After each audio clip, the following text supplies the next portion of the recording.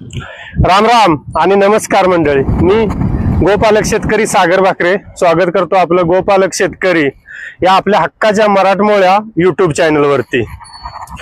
मंडळी, आज आपण देशी गाय म्हणजेच कोकण गेड्डा जी कोकणातील प्रमुख जात आहे, स्थानीय जात, तिच्याविषयी बोलणार आहोत। त्याचबरोबर आपण 5-6 मुद्दे जे काय आहेत काढलेले मी आहेत त्याच्यावरती सुद्धा आपण या व्हिडिओमध्ये चर्चा करणार आहोत। ते मुद्दे असे की गाय कोणती पाळावी, का पाळावी, कशासाठी पाळावी, कोणत्या जातीची पाळावी, ती जात विशिष्ट जात ही ओळखायची कशी, किंवा ती गाय मिळेल कुठे, या सगळ्या गोष्टीची चर्चा आपण या व्हिडिओमध्ये करणार आहोत। तेव्हा व्हिडिओ शेवटपर्यंत नक्की पहा। व्हिडिओच्या शेवटी किंवा आधीमध्ये कोकण गेड्डा जातीची चांगल्या प्रकारची गाय कुठे मिळेल किंवा कशी मिळेल याची सुद्धा चर्चा किंवा याची माहिती, त्या गोपालकांचा फोन नंबर किंवा त्यांचा पत्ता वगैरे आपण व्हिडिओमध्ये देणार आहोत। व्हिडिओ शेवटपर्यंत नक्की पहा।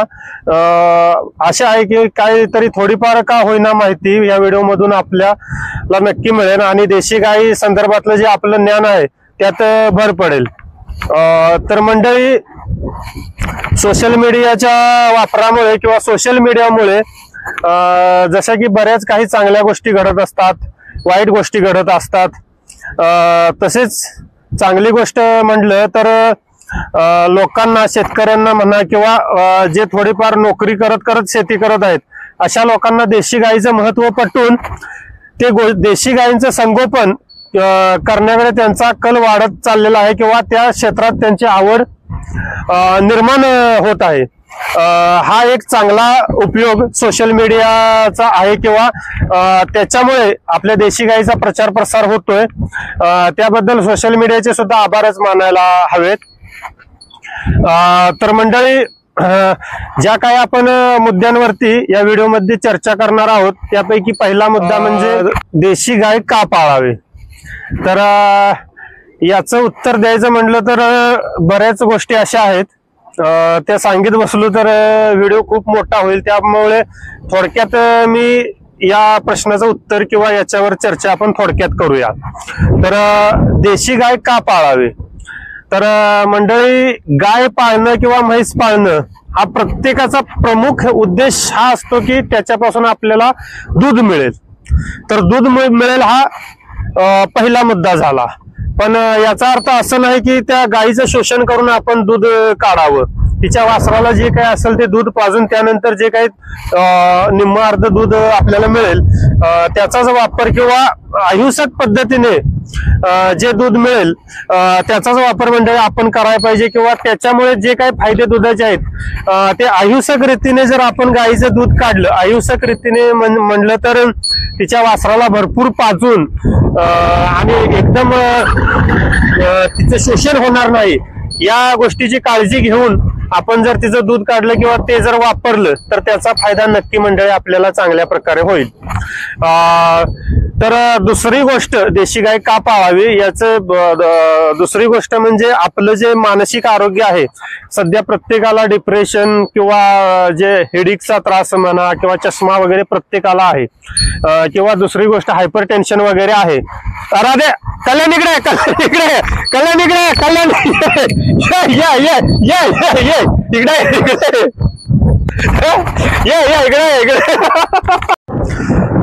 मंडळी, व्हिडिओमध्ये व्यत्यय आला कशामुळे ते आपल्याला समजलंच असेल।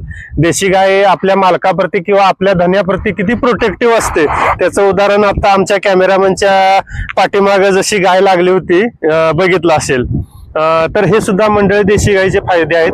ते आपल्या धन्याप्रती, मालकाप्रती किंवा जो कोणी सांभाळ करतो त्याचं कुटुंब, त्याच्या कुटुंबाप्रती आपल्या मुलासारखीच ती सेन्सिटिव्ह असते आणि त्यांना प्रोटेक्ट करण्याचा ते प्रयत्न तिला जेव्हा जेव्हा शक्य होईल तर ती करत असते।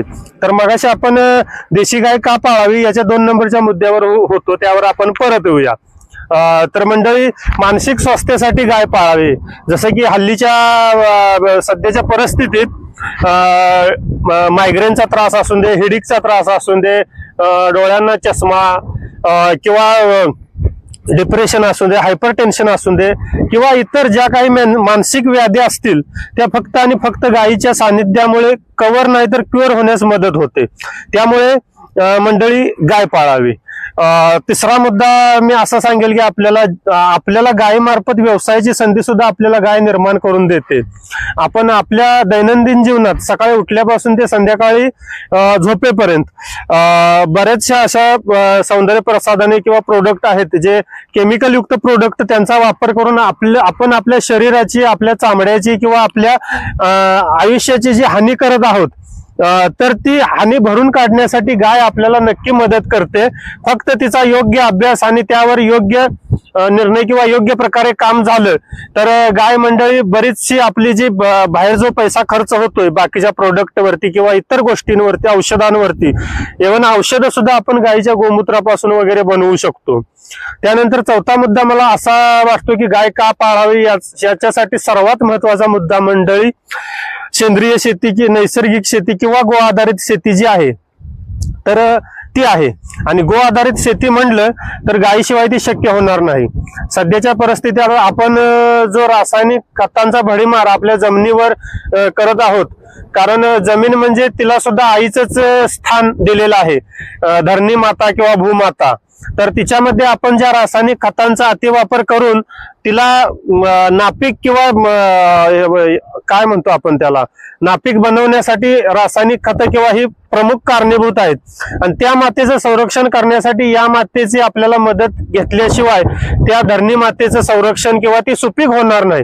त्यासाठी सेंद्रिय शेती म्हणून त्यामध्ये आपण जीवामृत असेल, घनजीवामृत असेल, गांडूळ खत असेल किंवा कंपोस्ट खत असेल किंवा बाकीच्या फवारण्या असतील गोमूत्राच्या, औषध निर्मिती असेल, ही गायीच्या गोमूत्राशिवाय आणि तिच्या शेणाशिवाय शक्य नाही. त्यामुळे मंडळी गाय पाळावी असं मला वाटतं. इतर तिचा सहवास यासाठी सुद्धा, तिच्या सहवासासाठी सुद्धा मंडळी गाय पाळावी असं मला वाटतं. तुम्हाला कितीही मानसिक त्रास असून दे, तुम्ही जर समजा 1-2 तास जरी जाऊन किंवा 1 तास जरी गोट्यात जाऊन बसला तरी बऱ्यापैकी तुमचा मानसिक त्रास किंवा जे टेन्शन आहे ते कमी करण्याचं काम ही मंडळी गाय करत असते. कारण गाय ही अशी एक वस्तू आहे जी ऑक्सिजन घेते आणि ऑक्सिजनच आपल्याला देते. असे बरेचसे फायदे आहेत, पण सध्या तरी आपण एवढ्या सगळ्या गोष्टीवर जर चर्चा करायचं म्हटलं तर व्हिडिओ खूप लांब होईल, त्यामुळे आपण थोडक्यात आटपूया. आता दुसरा मुद्दा मंडळी मला मांडायचा आहे की कोणती गाय पाळावी. कोणती गाय पाळावी याबद्दल जर बोलायचं झालं तर सध्या ट्रेंड आहे तो गीरचा आणि सायवालचा. कारण गीर आणि सायवाल किंवा त्याच्या पाठोपाठ थारपारकर असेल किंवा त्याच्यानंतर राठी असेल, ह्या ज्या देशी गायीमधल्या जाती आहेत या दुधासाठी प्रसिद्ध आहेत.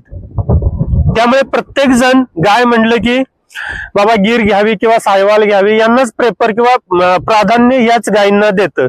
त्यामुळे बाकीच्या गायी किंवा त्यांचं संगोपन किंवा त्यांच्यावरती जे काम व्हायला पाहिजे होतं ते झालेलं नाही. त्यामुळे मंडळी प्रत्येकाने आपल्या जवळची किंवा आपल्या भागातली जी स्थानिक गाय असेल तिला प्राधान्य द्यावं आणि त्याच्यावरती काम करावं. इनब्रीडिंग होऊ नये किंवा क्रॉस ब्रीडिंग होऊ नये या गोष्टीची काळजी घेऊन म्हणजे आपण जर संगोपन केलं, त्यांचा योग्य आहार व्यवस्थापन, त्यांची रखरखाव, मुक्त गोट्याची सोय वगैरे इत्यादी बारीक सारीक गोष्टी आहेत, त्यांना प्राधान्य देऊन आपण आपल्या एरियातली गाय जर सांभाळली तर ती नक्कीच दूध उत्पादन आपल्याला वाढ देऊ शकते किंवा चांगल्या पद्धतीने ती आपल्या एरियात सर्वाइव्ह होऊ शकते. गीर आणून किंवा सायवाल आणून ती पंजाबच्या प्रांतातून इथे आणून समजा 10 लिटरची गाय आपण इथे आणली तर इथे ती 5 किंवा 6 लिटर देताना मुश्किल होते. आणि इथल्या गायी आपण व्यवस्थित संगोपन न केल्यामुळं जी 4 लिटरची गाय आहे ते आता 1 लिटर किंवा 1.5 लिटर वर येऊन ठेपलेले आहे. याचं कारण हे संगोपनातलं अज्ञान किंवा संगोपनातले चुकीच्या पद्धती ह्या आहेत मला वाटतं. त्यामुळे मंडळी आपल्या एरियातली गाय आपण नक्की पाळा. महाराष्ट्रात जर म्हटलं तर कोकण गिड्डा आहे, खिलार आहे, देवणी, लाल कंधारी, डांगी ह्या महाराष्ट्रातल्या जाती आहेत. त्या एरियातली गाय आहे ती आपण पाळा. आता आमचा एरिया जर म्हटलं तर कोल्हापूर जिल्हा, शाहूवाडी तालुका, त्यामुळे आमच्या एरियातली गाय जर म्हटलं तर कोकण गिड्डा आणि खिलार. तर कोकण गिड्डा आपण बघूच शकता, माझ्या माग आहे. तर कोकण गिड्डा गायीचे फायदे वगैरे काय सांगायचं झालं तर या आपण गायी जवळच जाऊया.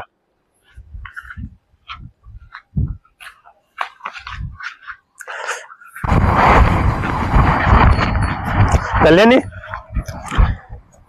या बघा मंडळी, काय काय लोक म्हणतात की कोकण गिड्डा गाय मारकुटी असते, खिलार गाय मारकुटी असते, पण तसं अजिबात नाही. आपण मालक काय पद्धतीचा स्नेह किंवा प्रेम त्या गायीला देतो याच्यावरती अवलंबून राहतात की गाय मारकुटी आहे किंवा काय म्हणतो आपण त्याला तामसाळे आहे किंवा अनेक असे काय काय शब्द लोक वापरतात. तर असं काही नाही मंडळी, गायीला तुम्ही जसं प्रेम द्याल तशा पद्धतीनेच प्रेम ती मंडळी तुम्हाला परत देते.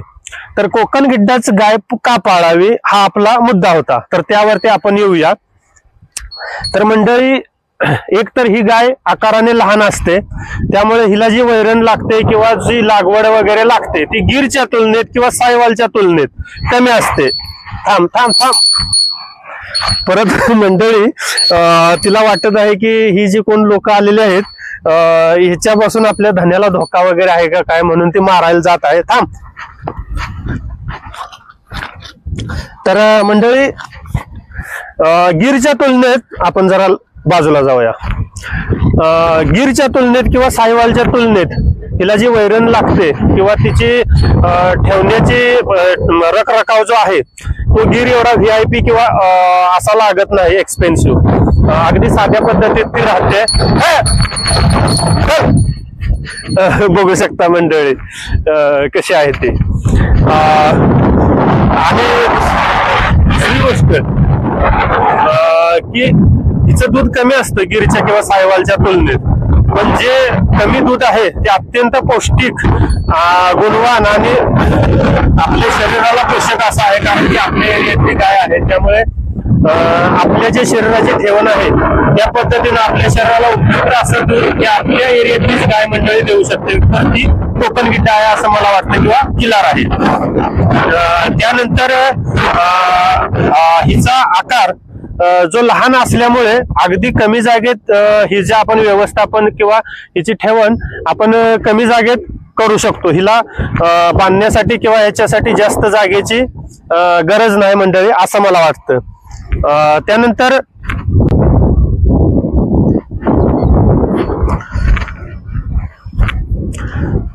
मंडळी, त्यानंतर यांची रोग प्रतिकारक जी शक्ती आहे ती अत्यंत जबरदस्त अशी, डॉक्टरची वगैरे काही सुद्धा यांना गरज पडत नाही आणि वर्षाला विणारी ही जात आहे. आता मी ही गाय मागल्या वेळी आणली होती, त्यानंतर 2 महिन्यात आली, परत आता त्याच दिवसात यंदा सुद्धा आता 1 महिन्यात ते 1.5 महिन्यात ती दुसरं वेद देईल. त्यामुळे व्यवस्थित संगोपन व्यवस्थापन असेल तर ती वर्षाला मंडळी वेते आणि दूध वगैरे देते. साधारणतः 7-8 महिने दूध देते आणि तिचा भाकड काळ अंदाजे 4 ते 6 महिन्याचा भाकड काळ असतो. 7 ते 8 महिने ती दूध देते आणि चांगलं दूध देते. आणि हीच गाय का पाळावी याच्यासाठी याबद्दल मी असं सांगेल की हिचं जे गव्य आहे, जे शेण असेल, गोमूत्र असेल किंवा दूध वगैरे असेल, तूप तर हिचं 5,500-5,500 हजार रुपये किलोने मंडळी तूप विकतं. कारण तिचं तूप जे आहे ते खूप रेअर आहे, कारण दुधाची निर्मिती कमी असल्यामुळे तूप जे गिर आणि सायवालच्या तुलनेत कमी प्रमाणात बनतं. त्यामुळे त्या तुपाची किंमत ही मंडळी बाजारातल्या बाजारपेठेतल्या दरापेक्षा नक्कीच डबल आहे. त्यामुळे मंडळी हीच गाय पाळावी किंवा तिचं पालन करावं असं मी आपल्याला प्रेफर करतो. त्यानंतर मंडळी, दराच्या बाबतीत जर म्हटलं तर काय काय ठिकाणी अशा गायी मोफत सुद्धा मिळतात. चांगले जर ब्रीड कॅरेक्टर वगैरे तुम्हाला व्यवस्थित पाहिजे असतील तर अगदी थोड्या किमतीत साधारणतः 30,000च्या आसपास ही गाय मिळू शकते. या उलट जर कॉम्पॅक्ट साईज मध्ये तुम्हाला जर दुसरी गाय घ्यायची म्हटलं तर पुंगनूर असेल किंवा वेचूर वगैरे असेल तर पुंगनूरचा दर आजकाल 1 लाख ते 1.5 लाख रुपये आहे आणि ते कॉमन मॅनला शक्य नाही एवढ्या किमतीची गाय. त्यामुळे कमी किमतीत आपल्या एरियातली चांगली सर्वाइव्ह होणारी आणि स्टेबल राहणारे आपल्या एरियात आणि त्याच्या गव्यामुळे आपल्याला जे फायदे वगैरे होत आहेत ते चांगल्या प्रकारे होणार बाकी गायींच्या तुलनेत. त्यामुळे याच गायीला मी प्रेफर करतो. आणि यदा कदाचित आपण जर 4-5 गायी आपल्या घेऊन जर आपण गोठा वगैरे बनवला, फार्म वगैरे बनवला पंचगव्य प्रोडक्ट निर्मितीचा। तर आणि जे अर्क वगैरे आहेत किंवा या गायींच्या गव्यापासून जे निर्मित झालेले प्रोडक्ट आहेत याची विक्री जर करायला तुम्ही होलसेल मध्ये जरी समजा जे गव्यशीत डॉक्टर वगैरे आहेत त्यांच्याकडे गेला तर ते जे डॉक्टर आहेत ते प्राधान्य तुमच्या गायीच्या गव्यापासून बनलेल्या प्रोडक्टला आधी देतील, कारण दुधाची क्षमता कमी असल्यामुळे हिची गव्य जे आहेत शेण गोमूत्र ही जबरदस्त ताकदवान वगैरे असतात।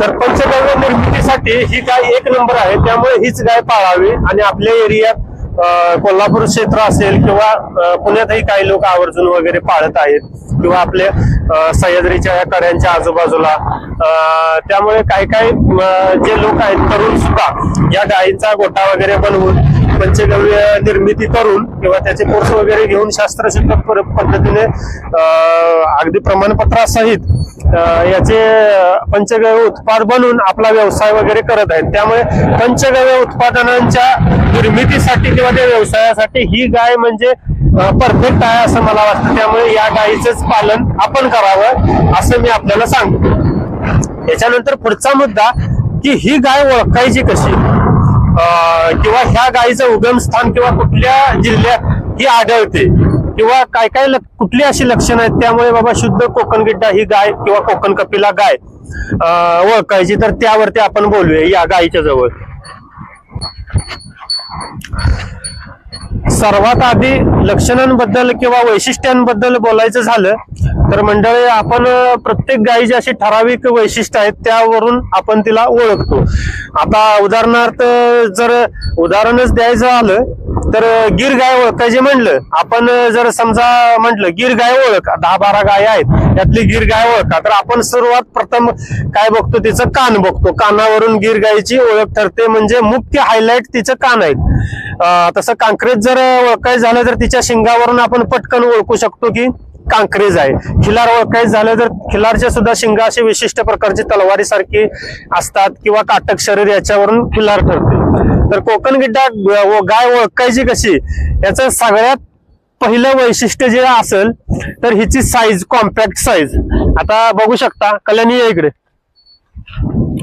माझी उंची साधारण 5 फूट 8 इंच आहे आणि माझ्या कमरेच्या थोडीशी वर म्हणजे साधारण 3-3.25 फूट उंचीची गाय आहे आणि अगदी लहान बांध्याची। पहिलं कारण वैशिष्ट्य हे कोकण गिड्डा गायी ह्या लहान बांध्याच्या असतात। उंची त्यांची कमी असते आणि त्यांचं वजन सरासरी 1.25 ते 250 किलो यामध्येच असते, त्याच्यापेक्षा जास्त वजनाची गाय नसते। असेल तर एखादी अपवाद असेल। दुसरी गोष्ट त्यांच्या शिंगांची ठेवण अशी व्ही आकाराची असते, अशी व्ही आकाराची, आणि शिंगा अशी मागे वळलेली असतात मानेकडे। मग काही काही हा पॅटर्न ह्या जातीमध्ये जास्त प्रमाणात आढळतो। त्यानंतर हा जो आमच्या गायीच्या शिंगांचा पॅटर्न जो आहे तो असा चंद्राकृती आहे, असा थोड्याफार प्रमाणात आढळतो। त्यानंतर काही काही गायींची शिंगे अशी व्ही आकाराचीच पण सरळ मागे वळलेली टोकदार असतात। शिंगांचा कलर हा मुख्य करून जास्त करून काळ्या कलर मध्ये येतो, जवळ ये काळ्या कलर मध्ये याची शिंग येतात आणि काय काय गायींची शिंग हलणारी सुद्धा असतात मंडळी। हिच्या कानांची साईज अतिशय लहान येते, खिलारपेक्षाही लहान, आणि आखूड कान असतात आणि सरळ कान असतात। गिर गायीसारखे खाली किंवा कांक्रेज सारखे खाली मोठमोठाले कान असे कान नसतात।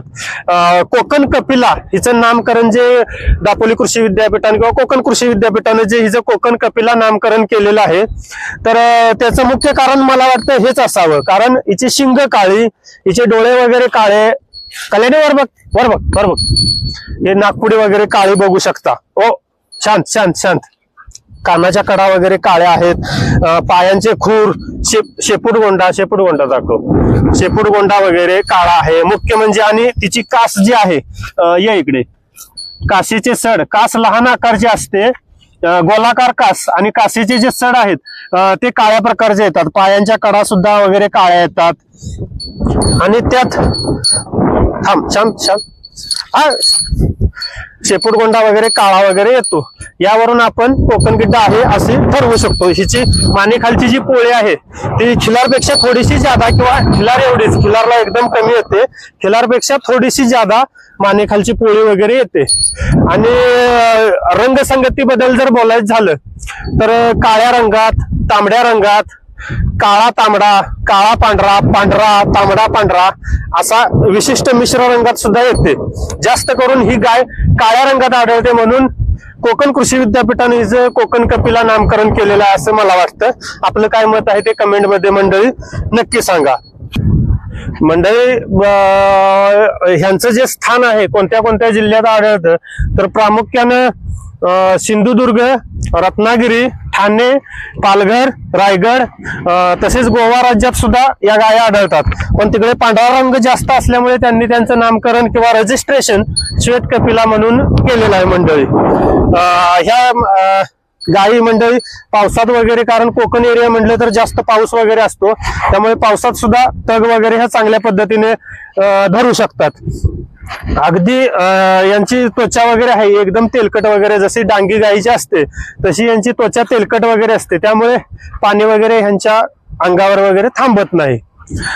तर चांगली गाय ओळखायची कशी, जर कोकण कपिला गाय आपण खरेदी करायचं म्हटलं तर ती गाय ओळखायची कशी, तर त्यावरती आपण आता बोलूया.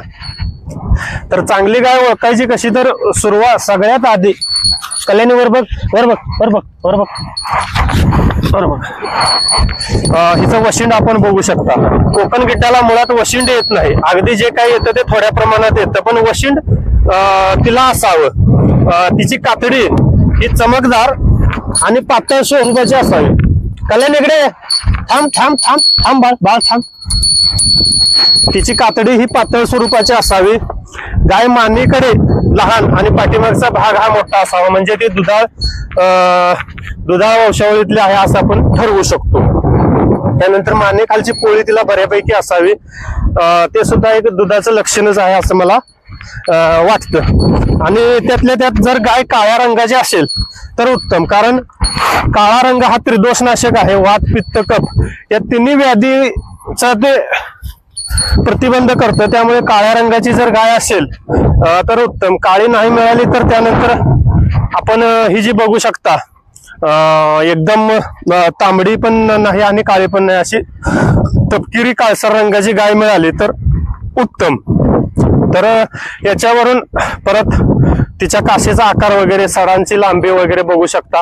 सड अगदी लहान असतात, पण ते सडांची लांबी किंवा तिची चामडी, कातडी, वशिंड, तिच्या मानेखालची पोळी याच्यावरून आपण तिची पारख करू शकता की बाबा ही गाय चांगल्या पद्धतीनं दूध देऊ शकते किंवा इनब्रीडिंग वगैरे झालेलं नाही व्यवस्थित. तिचं चालणं वगैरे बघून आपण ठरवू शकतो की चांगल्या पद्धतीची गाय बाबा कशी ठरवावी किंवा कशी घ्यावी.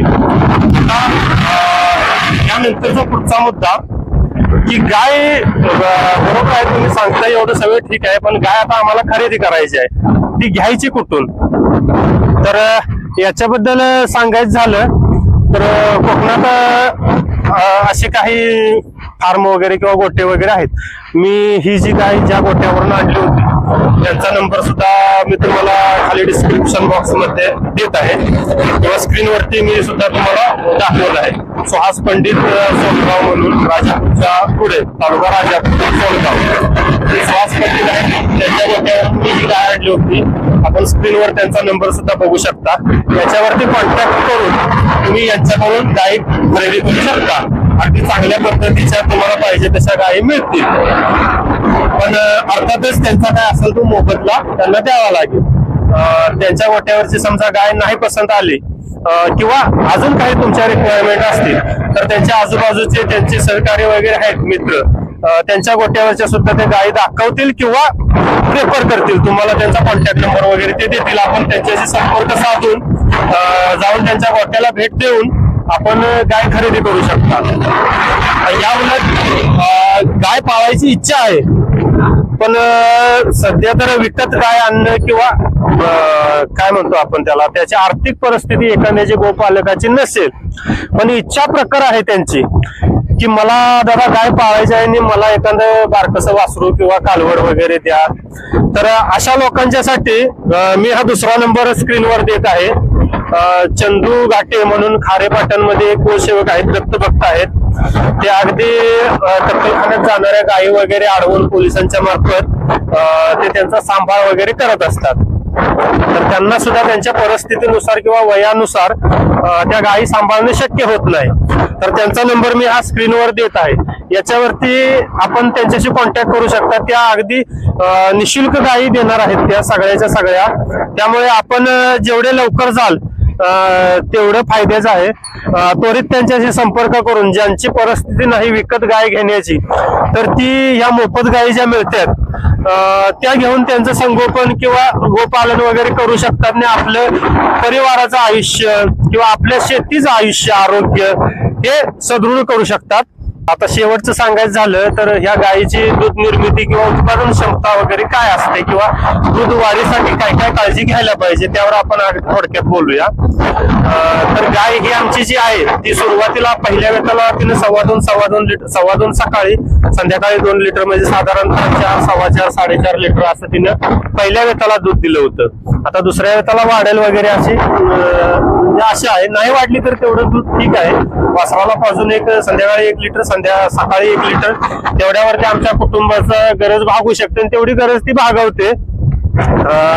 तर यामध्ये दूध वाढीसाठी मंडळी आपण यांना सैंधव मीठा वगैरे त्यांच्या दावणीत किंवा गव्हाणीत वगैरे ठेवू शकता. जे 6-7 प्रकारचं अन्न आहे ते भरडून ते आपण सरकी पेंड म्हणा किंवा गहू भुस्सा, हरभऱ्याचा काळणा वगैरे अशा गोष्टींचा समावेश केला. सोयाबीनची टरफल किंवा जो आटा वगैरे असतो.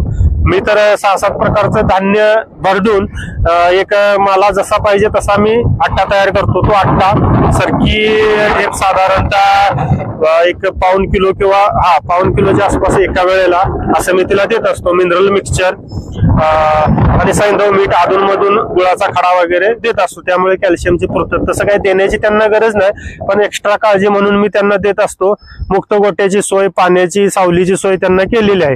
या सगळ्या गोष्टीचा अवलंब करून ती मंडळी मला दूध उत्पादन देऊ शकते.